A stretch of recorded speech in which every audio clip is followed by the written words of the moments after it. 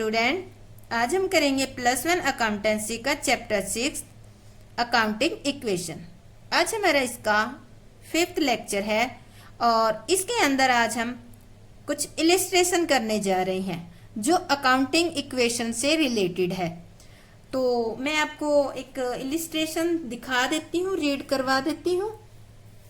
जो इलिस्ट्रेशन करेंगे, इलिस्ट्रेशन दे रखा है, prove that the accounting equation is satisfied in all the following transaction of Sudhir. Started business with cash 50,000 and goods 20,000, यानी कि cash लगाया 50,000 और गुड्स 20,000 लगाकर सुधीर ने बिजनेस स्टार्ट किया है। आगे कह रहे हैं सेकंड में bought goods for cash ₹15,000 and on credit 10,000, यानी कि इसने माल परचेज किया है 15 का तो कैश में और 10 का उधार में। थर्ड है good costing ₹24,000 sold at profit 33.1/3%। आगे कह रहा है half the payment received in cash, 24,000 का माल 33.3% पर इसने बेचा है और आधे कैश में मिल रहे हैं, आधे नहीं मिल रही। फोर्थ है purchase furniture for office use 6,000 and for house hold use of Sudhir 4,000। Furniture खरीदा है 6,000 का तो ऑफिस के लिए और 4,000 का इसमें ऑफिस के लिए, सुधीर के पर्सनल यूज के लिए। तो इसमें देखो क्या क्या चीज आई है। इसमें एक तो कैश आया है, स्टॉक आया है और इसके अंदर फर्नीचर आया है और इसके अंदर ये आधा उधार में माल हो गया तो डेटर, और इसके अंदर देखो इन्होंने परचेज किया माल क्रेडिट पे तो क्रेडिटर। तो ये चीजें हमें पता चल गई है। तो हम अकाउंटिंग इक्वेशन में सबसे पहले हम ये परफॉर्मा बनाएंगे। इसमें लिखेंगे सीरियल नंबर, ट्रांजैक्शन, और हमने देखा कि इसके अंदर जो इक्वेशन होती है assets equal to liability plus capital, इसके अंदर एसेट्स में हमारे पास आया कैश, स्टॉक, डेटर, फर्नीचर, जो हमने क्वेश्चन के अंदर देखा कि ये आइटम हमारे क्वेश्चन में है। तो जो ट्रांजैक्शन रीड करवाई थी वो यहाँ पर मैंने पहले ही लिख ली टाइम बचाने के लिए। तो अब हम सम करते हैं। पहला देखा है स्टार्टेड बिजनेस विद कैश ₹50,000, यानी कि बिजनेस स्टार्ट करते वक्त ये कैश लगाता है 50,000 रुपए और गुड्स कितने लगा रहा है 20,000 रुपए। तो कैश हम लिख देते हैं यहाँ पे 50,000 प्लस स्टॉक कितना लगाया इसने 20,000 रुपए, डेटर कुछ भी नहीं है अभी, प्लस फर्नीचर भी नहीं है। तो इसकी जगह आप 0 लिख सकते हो, हम 0 लिखेंगे, इसके अंदर कुछ नहीं है। तो कैपिटल यानी कि लायबिलिटी में भी कुछ भी नहीं आएगा, प्लस ये सारी चीजें क्या बन गई अब जो बिजनेस स्टार्ट करने के लिए लगाए हैं। तो कैश प्लस स्टॉक टोटल क्या बन गई हमारी कैपिटल 70,000। अब हमारी ये न्यू इक्वेशन में हम इसको लिख लेते हैं। इसके बाद हमारी सेकंड इक्वेशन जो है वो हम करेंगे। तो ये हमारी फर्स्ट ट्रांजैक्शन के बाद का जो बैलेंस है। इधर देखो लायबिलिटी प्लस कैपिटल 70,000 और इधर चारों देखेंगे तो इनका टोटल भी 70,000 है। सेकंड दे रखा है ब्रॉट गुड्स फॉर कैश 15,000, नगद में माल खरीदा है 15,000 का एंड क्रेडिट में 10,000 का। तो आप ये देखोगे टोटल माल कितना आया। टोटल माल हमारा आया है 10 प्लस 15 25,000 का। टोटल माल 25,000 का आ गया। इसमें से कह रहा है 10,000 का माल नगद में खरीदा है तो कैश कितना कम हो गया आपका 15,000 का, क्योंकि 15,000 का नगद में खरीदा है और 10,000 का क्या क्रिया है उधार में। जब हम माल उधार खरीदते हैं तो क्या क्रिएट होते हैं हमारे क्रेडिटर। तो 10,000 के हमारे क्रेडिटर क्रिएट हो गए। बाकी जो अमाउंट, बाकी जो डाटा, इन पे कोई भी इफेक्ट नहीं आया जो हमने पहले लिख रखे थे, और ना ही कैपिटल पर कोई इफेक्ट आया। तो अब दो ट्रांजेक्शन होने के बाद हमारी इक्वेशन चेक करते हैं।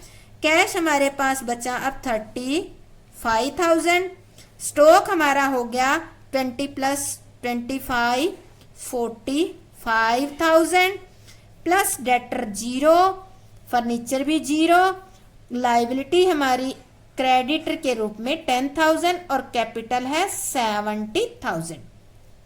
इसके बाद थर्ड कह रहा है goods costing ₹24,000 sold at profit 33.1/3%, half payment received in cash. तो हम वर्किंग नोट बना लेते हैं, इसमें नोट बना लेते हैं। गुड्स कॉस्टिंग कितने की है? गुड्स कॉस्टिंग है हमारी 24,000 रुपए की। प्रॉफिट की परसेंटेज कितनी है इसमें? 33 से 1/3%। इसको कैसे लिखा जाता है? इसको हम सिंपल करके बता रही हूं। इसको लिखते हैं हम 100/3%। इसको अगर और सोल्व करें तो आगे कैसे लिखेंगे? इसको 100/3 इंटू में 1/100 भी लिख सकते हैं। तो अब हमें प्रॉफिट कैलकुलेट करना है। 24,000 हमारा सेल दे रखी है, यानी कि कॉस्ट दे रखी है। इस पे हमारा प्रॉफिट, इसको लेकर हम कैलकुलेट, क्योंकि इसको हमने सिंप्लीफाइज कर लिया इसके रूप में। तो 100/3 इंटू में 1/100, तो ये 100 से 100 कट जाएगा, ये आ गया हमारा 8,000। तो आपका प्रॉफिट कितना आ गया? इसको हम लिखेंगे प्रॉफिट हमारा आ गया 8,000। तो यहां पर हमने कैलकुलेट कर लिया। गुड्स कॉस्टिंग 24,000, प्रॉफिट हमारा आ गया 33.1/3%, ये हो गया हमारा 100/3%। इसको हमने सिंप्लीफाइज किया है तो आ गया 100/3 इंटू में 1/100। तो अब हमने कॉस्ट कितनी दे रखी थी हमें? 24,000 इंटू में ये वाला जो है इसको रखकर हमने सोल्व कर लिया। 100 से 100 कट गया, 3 से ये 24, 8,000 पे। तो प्रॉफिट हमारा कितना आ गया? 8,000। अब निकालनी है हमें सेलिंग प्राइस। सेलिंग प्राइस कैसे होती है? कॉस्ट प्लस प्रॉफिट, यही ऐड करते हैं। कॉस्ट हमारी कितनी है? कॉस्ट हमारी है 24,000 प्लस प्रॉफिट हमारा कितना है? 8,000। तो आपकी सेल कितनी होगी? 32,000। अब 32,000 रुपीज की आपकी सेल हो गई है। तो इसमें क्वेश्चन में कह रहा half payment, half amount received in cash. इसका हाफ कितना आएगा? हम इसका हाफ आएगा 16,000, यानी कि नगद कितने मिले? 16,000। और हाफ अमाउंट जो है ये बन गए हमारे डेटर। तो डेटर कितने के बन गए? आधे। जो नहीं मिले हैं वो डेटर बन गए हमारे, और जो मिल गए वो हमारा कैश हो गया। तो अब हम इसको लिखते हैं। देखो क्या क्या चीजें आई है। गुड कॉस्टिंग, कितने रुपए का माल हमने बेचा है? तो यहां लिख देते हैं 24,000 का। ठीक है। आपके पास नगद रुपए कितने आए हैं? 16,000। ऐड कर दो इसके अंदर 16,000। अब देखो डेटर कितने के हो गए आपके? डेटर हो गए आपके 16,000 के। अब हमने प्रॉफिट निकाला था, यहां ये आइटम नोट कर दी हमने, ये नोट कर दी, कैश कर दिया, डेटर कर दिया। अब हमारे रह गया प्रॉफिट 8,000। प्रॉफिट जो होता है वो कैपिटल के अंदर ऐड हो जाता है, कैपिटल में ऐड कर दिया। बाकी जो अमाउंट है वो अनचेंज्ड रहेगी। तो इस इक्वेशन के बाद देखो हमारा क्या इफेक्ट आता है। तो ये हो गया हमारा 51,000 कैश हो गया, प्लस अब स्टॉक हमारा कितना बच गया? 21,000। डेटर हमारे 16,000 प्लस फर्नीचर 0 है। लाइबिलिटी हमारी एज ए क्रेडिटर 10,000 और कैपिटल कितनी होगी आपकी? 78,000। इसके बाद कह रहा है अगली ट्रांजैक्शन में purchase furniture for office use 6,000 का और प्राइवेट यूज के लिए 4,000 का नगद खरीदा इन्होंने। तो ऑफिस यूज नगद खरीदा तो टोटल रुपए कितने निकल गए आपके? टोटल रुपए ऑफिस से गए 10,000 रुपए। आपके ऑफिस में फर्नीचर कितने का आया? 6,000 का। 4,000 रुपए क्या होगी आपकी? ड्रॉइंग होगी है, क्योंकि जो घर में हाउस होल्ड यूज में हो जाता है वो ड्रॉइंग होगी, पर ये जो फर्नीचर खरीदा है ये घर में यूज कर लिया है। पर इसके पैसे कहाँ से निकले, ऑफिस से, इसलिए इसको ड्राइंग मानकर कैपिटल में से लेस कर देंगे। बाकी अमाउंट अनचेंज रही है तो इनको सबको लिख देंगे यहाँ पर। अब फाइनल इक्वेशन हमारी आती है, कैश कितना बच गया अब आपके पास 41,000, स्टॉक बच गया 21,000, डेटर आपके हैं 16,000 प्लस फर्नीचर आपका है 6,000 और आपका क्रेडिटर है 10,000 और प्लस कैपिटल कितनी होगी अब आपकी कम होकर 74,000 होगी।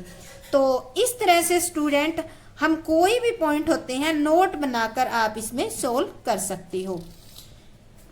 इसके बाद आता है हमारा नेक्स्ट इलिस्ट्रेशन। नेक्स्ट इलिस्ट्रेशन हमने क्वेश्चन ये पहले ही लिख लिया। तो ये कह रहा है कि if the capital of a business ₹1 lakh, क्या बोल रहा है ये, कैपिटल 1 लाख रुपए and outside liability are 60,000, calculate the total assets of the business. तो इसमें आप क्या करोगे, हमें एसेट्स कैलकुलेट करनी है, कैपिटल दे रखी है, लाइबिलिटी दे रखी है, एसेट्स करनी है। सबसे पहले आप इक्वेशन लिख लो, इसके अंदर जो अभी हमने प्रूव करके आए वो इक्वेशन, लाइबिलिटी प्लस कैपिटल। हमारे पास कैपिटल कितनी है, अब देखो 1 लाख है तो हम इसमें लिख देंगे 1 लाख, ठीक है। आउटसाइड लाइबिलिटी कितनी है आपकी 60,000 लिख दी हमने। तो टोटल एसेट्स कितनी होगी आपकी, इन दोनों का टोटल किया तो 160,000। तो एसेट्स आपकी होगी 1,60,000। इसके बाद नेक्स्ट इलिस्ट्रेशन दे रखा है, इफ टोटल एसेट्स, क्या बोल रहा है, total assets of a business are 2 lakh rupees and net worth, capital दे रखी है 1,50,000, कैलकुलेट क्रेडिटर। क्रेडिटर क्या होती है, लाइबिलिटी। सेम वही इक्वेशन लिखेंगे हम, assets equal to liability plus में कैपिटल। क्वेश्चन में जो दे रखी है ये इक्वेशन लिख के इसमें फिल कर देना है। तो हमारी बिजनेस की एसेट्स कितनी है 2 लाख रुपए, इक्वल टू लाइबिलिटी हमें क्या करनी है, फाइंड आउट करनी है। कैपिटल हमारी कितनी है 1,50,000। तो अब लाइबिलिटी हमें निकालनी है, लाइबिलिटी क्या है, एज ए क्रेडिटर है इसके अंदर, ठीक है। तो ये निकालनी है, तो ये क्या क्या हो जाएगा इसका, इसमें लेस हो जाएगी। तो ये होगी हमारी 2 लाख माइनस 1,50,000, ये इधर आएगा माइनस हो जाएगी। तो हमारी क्रेडिटर कितने आ गए अब 50,000, ठीक है। इसको रख के भी चेक कर सकते हो, जैसे हमने यहाँ 50,000 लाइबिलिटी में रखे, कैपिटल हमारी है तो हमारी एसेट्स कितनी होगी 2 लाख। तो इस तरह से आपका वेरीफाई भी हो सकता है। इसके बाद आता है हमारा नेक्स्ट जो हमारा है इलिस्ट्रेशन।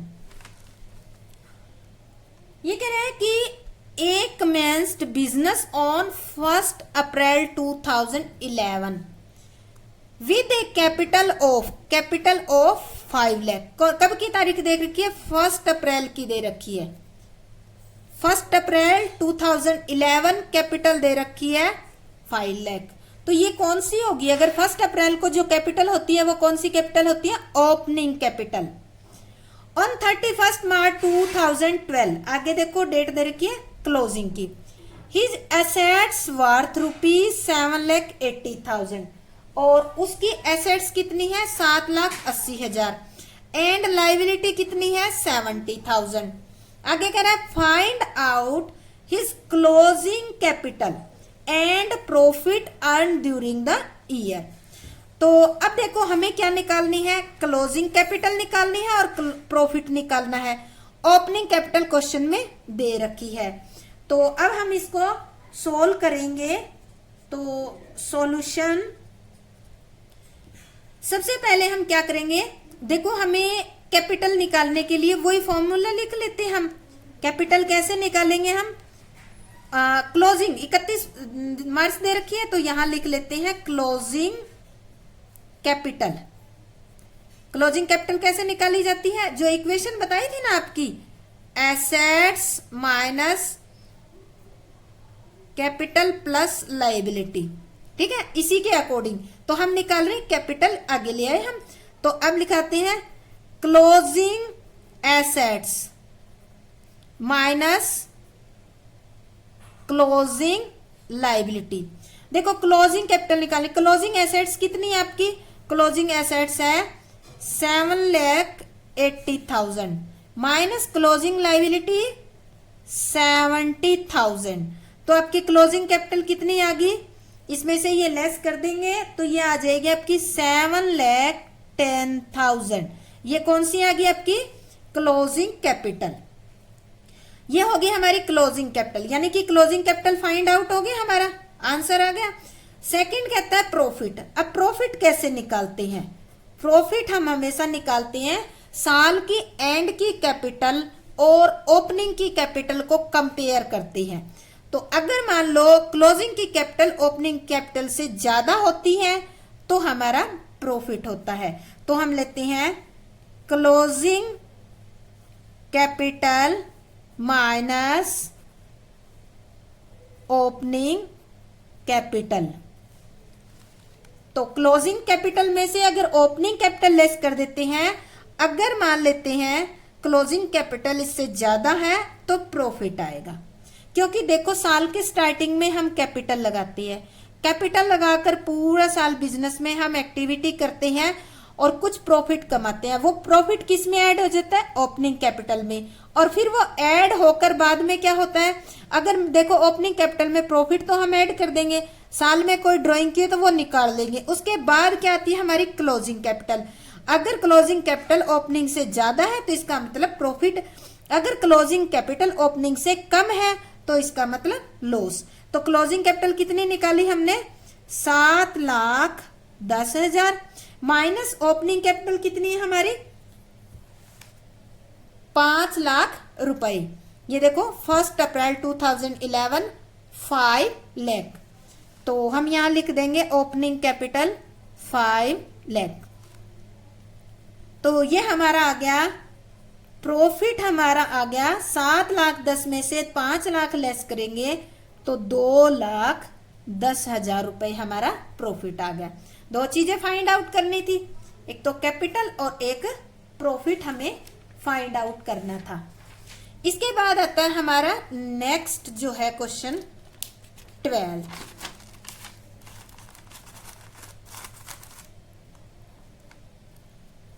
ये दे रखा है कि इसमें 2 पार्ट है, ए पार्ट और बी पार्ट। सबसे पहले हम ए पार्ट पढ़ते हैं।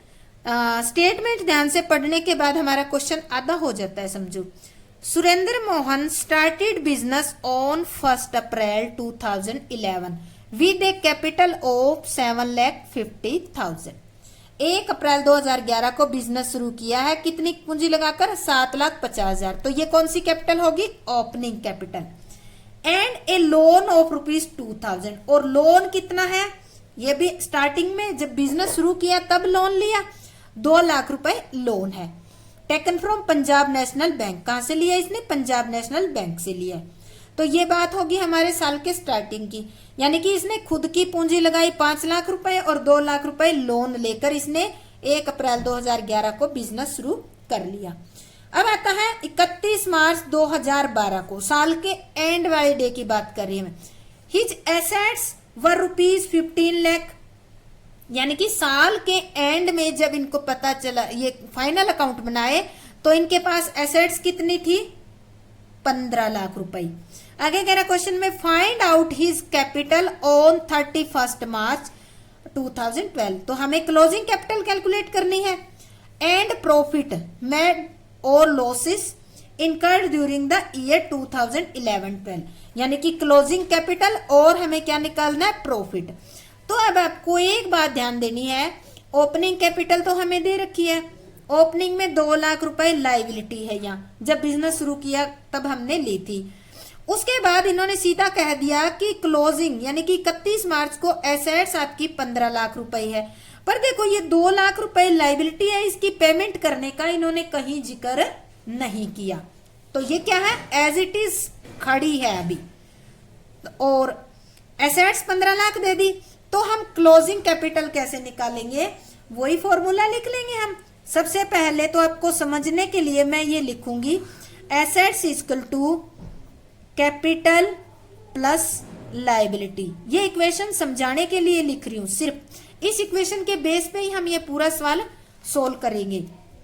हमें निकालने क्लोजिंग कैपिटल, तो हमें क्लोजिंग की एसेट्स दे रखी हैं 2 लाख रुपए, लाइबिलिटी जो शुरू में ली थी इस क्वेश्चन में कहीं नहीं कह रखा कि वो पे कर दी, अगर पे नहीं की है तो वो एज इट इज है अभी। तो हम लिखेंगे, पहला ए का सॉल्यूशन कर रहे हैं, closing capital equal to closing assets minus closing liability. Closing assets कितनी दे रखी है आपको, 15 लाख रुपए, और लाइबिलिटी 2 लाख रुपए अभी है, क्योंकि इस क्वेश्चन में पे करने का कहीं जिक्र नहीं आया, तो 2 लाख रुपए ये लाइबिलिटी होगी। तो इसको माइनस करते हैं तो क्लोजिंग कैपिटल कितनी आ गई आपकी, 13 लाख रुपए आपकी क्लोजिंग कैपिटल आ गई। अब कह रहा है प्रॉफिट, इसके बेस पे प्रॉफिट, प्रॉफिट का फॉर्मूला आपको पता ही है, अभी पिछले सवाल में किया था। प्रॉफिट क्या होता है, closing capital minus opening capital. Closing capital कितनी निकली आपकी, 13 लाख रुपए, और ओपनिंग कैपिटल देखो क्वेश्चन में दे रखी है ना 7,50,000 रुपए, तो ये लिख देंगे 7,50,000। तो आपका प्रॉफिट कितना आ गया, 5,50,000 रुपए। 13 में से 7,50,000 लेस होते हैं, तो ये 5,50,000 रुपए होगी। ये तो था हमारा फर्स्ट पार्ट, जिसमें क्या क्या कैलकुलेट करना था हमें, एक तो क्लोजिंग कैपिटल कैलकुलेट करनी थी, दूसरा प्रॉफिट। अब आता है हमारा बी पार्ट। बी पार्ट में क्या कह रहा है ये, if in the above illustration, ऊपर वाले के according, the proprietor had introduce additional capital of 1,25,000 and had withdraw 40,000 for personal purpose. इस क्वेश्चन में इन्होंने इतना ही है, और फाइंड आउट प्रॉफिट, और इसमें फाइंड आउट करना प्रॉफिट। इन्होंने एक कदम बढ़ाकर दे दिया, ये कहता है एक क्वेश्चन के अंदर कि जो ओनर है वो एडिशनल कैपिटल लगा रहा है 1,25,000, और साथ के साथ विड्रॉ भी कर रहा है 40,000। अगर ये 2 पॉइंट ऐड हो जाए तो हम प्रॉफिट कैसे कैलकुलेट करेंगे, तो इसकी इक्वेशन लिखती हूं मैं आपके सामने, उसके अकॉर्डिंग आपके लिए आसान हो जाएगा। प्रॉफिट इक्वल टू, अभी यहां तो हमने ये लगाया ना क्लोजिंग माइनस में ओपनिंग, इसके बीच में 2 पॉइंट और आ जाएंगे, क्लोजिंग कैपिटल, इसके अंदर ड्रॉइंग, पहले हमने क्या किया, ओपनिंग कैपिटल में से हम ड्रॉइंग को लेस करते हैं, तो क्लोजिंग कैपिटल में क्या कर देंगे, ऐड कर देंगे, ड्रॉइंग माइनस एडिशनल कैपिटल को हम ओपनिंग कैपिटल के अंदर ऐड करते हैं, तो इसमें क्या कर देंगे, लेस कर देंगे, एडिशनल कैपिटल माइनस, फिर यही आ जाएगी ओपनिंग कैपिटल, ओपनिंग कैपिटल। अब देखो क्वेश्चन में क्लोजिंग कैपिटल, क्योंकि अबोव इलस्ट्रेशन के अकॉर्डिंग कर रहा है, क्लोजिंग कैपिटल कितनी आई थी हमारी, 13 लाख रुपए, इसको लिख दो 13 लाख, प्लस ड्रॉइंग कितनी आई है 40,000 रुपए, 40,000 रुपए लिख देंगे, माइनस एडिशनल कैपिटल कितनी लगाई है 125, तो यहाँ 125 लिख देंगे। ओपनिंग कैपिटल कितनी है क्वेश्चन के अंदर देखो 7,50,000 थी, अब वो क्वेश्चन कह रहा है तो यही कंसीडर होगी, तो 7,50,000। तो अब अगर इनको करते हैं हम, तो ये 2 माइनस की हो जाएगी, ये प्लस की हो जाएगी, 13,40,000 में से ये हो गया 8,75, अगर हम लेस करेंगे तो ये आपकी बच जाएगी सारी होके 4,65,000 रुपए। तो ये क्या आ गया आपका प्रॉफिट आ गया। तो इस तरह से हम इसका प्रॉफिट कैलकुलेट कर लेंगे। इसके बाद आता है हमारा नेक्स्ट क्वेश्चन। इसमें क्या रखा है, illustration number 13, give an example for each of the following types of transaction. कुछ ट्रांजेक्शन दे रखी है, ये कुछ उसके एग्जाम्पल देकर हमें बताने हैं कि इनसे आपके जो एसेट्स और लायबिलिटी है उस पर क्या इफेक्ट आ रहा है। सबसे पहले नंबर पे हम ले लेते हैं पहले का। इसने कहा इंक्रीज इन वन एसेट्स और डिक्रीज इन अनदर एसेट्स। आपको कोई ऐसी ट्रांजेक्शन बतानी है जिसमें एक एसेट्स तो कम होती, इन एक एसेट्स तो इंक्रीज होती हो और दूसरी एसेट्स क्या होती हो, डिक्रीज होती हो। तो इसका कोई एक एग्जांपल लेते हैं, जैसे purchase machinery, purchase of machinery किसमें, फॉर कैश। अगर इसका देखें तो इसका इफेक्ट क्या आ रहा है परचेज ऑफ मशीनरी का। देखो जो मशीनरी हमने खरीदी है वो हमारे बिजनेस के अंदर आई है, तो इंक्रीज हो रही है मशीन, ठीक है। और डिक्रीज क्या हो रहा है, डिक्रीज हो रहा है आपका, मशीन को अपने नगद में खरीदा है तो कैश डिक्रीज हो रहा है। तो हो गया इसे, यानी कि कोई ऐसी ट्रांजैक्शन जिसे आपकी एक तो एसेट्स इंक्रीज हो और दूसरी एसेट्स डिक्रीज हो। तो अगर आप कोई भी एसेट्स कैश में खरीद लेते हैं तो कैश चला गया, डिक्रीज हो गया, कैश भी एक एसेट्स है। मशीन आ गई, मशीन क्या है आपकी एक एसेट्स है, वो आपकी इंक्रीज होगी। सेकंड पॉइंट हमारा, सेकंड क्या कह रहा है, increase in assets, increase in assets and increase in liability. यानी कि एसेट्स भी इंक्रीज हो और लायबिलिटी भी इंक्रीज हो, ऐसी ट्रांजैक्शन बतानी है।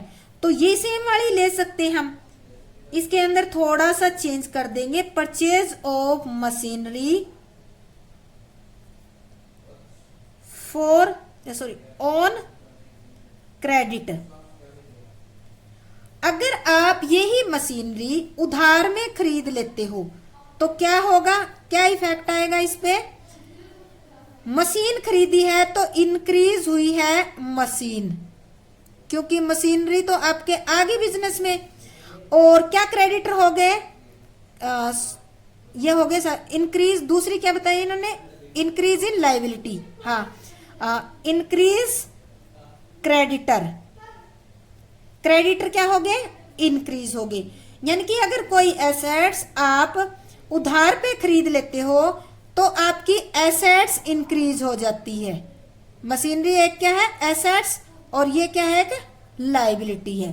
तो इस तरह से सेकंड हमारी ट्रांजैक्शन के अकॉर्डिंग ये प्रूव कर रही है कि कोई मशीनरी उधार में खरीदे तो एक मशीन जो हमारी एसेट्स है वो इंक्रीज होगी और लायबिलिटी है वो भी इंक्रीज होगी। थर्ड हमारा देखा है increase in assets and increase in owner capital.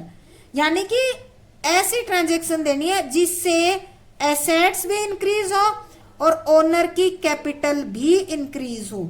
तो ऐसी ट्रांजैक्शन कौन सी हो सकती है, जैसे ये ले सकते हैं कि कैपिटल इंट्रोड्यूस्ड बाय ओनर, इसको हम फ्रेश कैपिटल भी कह सकते हैं। फ्रेश कैपिटल यानी कि ये वो कैपिटल होती है जो साल के बीच में ओनर के द्वारा लगाई जाती है। तो देखो जब ओनर साल के बीच में कैपिटल लगाएगा तो वो किसके फॉर्म में लगाएगा, कैश के फॉर्म में। तो क्या हो जाएगी, इंक्रीज एसेट्स, यानी कि कैश जो है इंक्रीज होगा।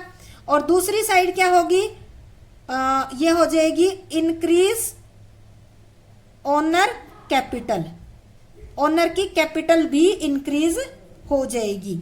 फोर्थ आता है आपका decrease in assets and decrease in liability, यानी कि ऐसा कोई एग्जांपल देना जिससे एसेट्स भी डिक्रीज हो और लाइबिलिटी भी डिक्रीज हो।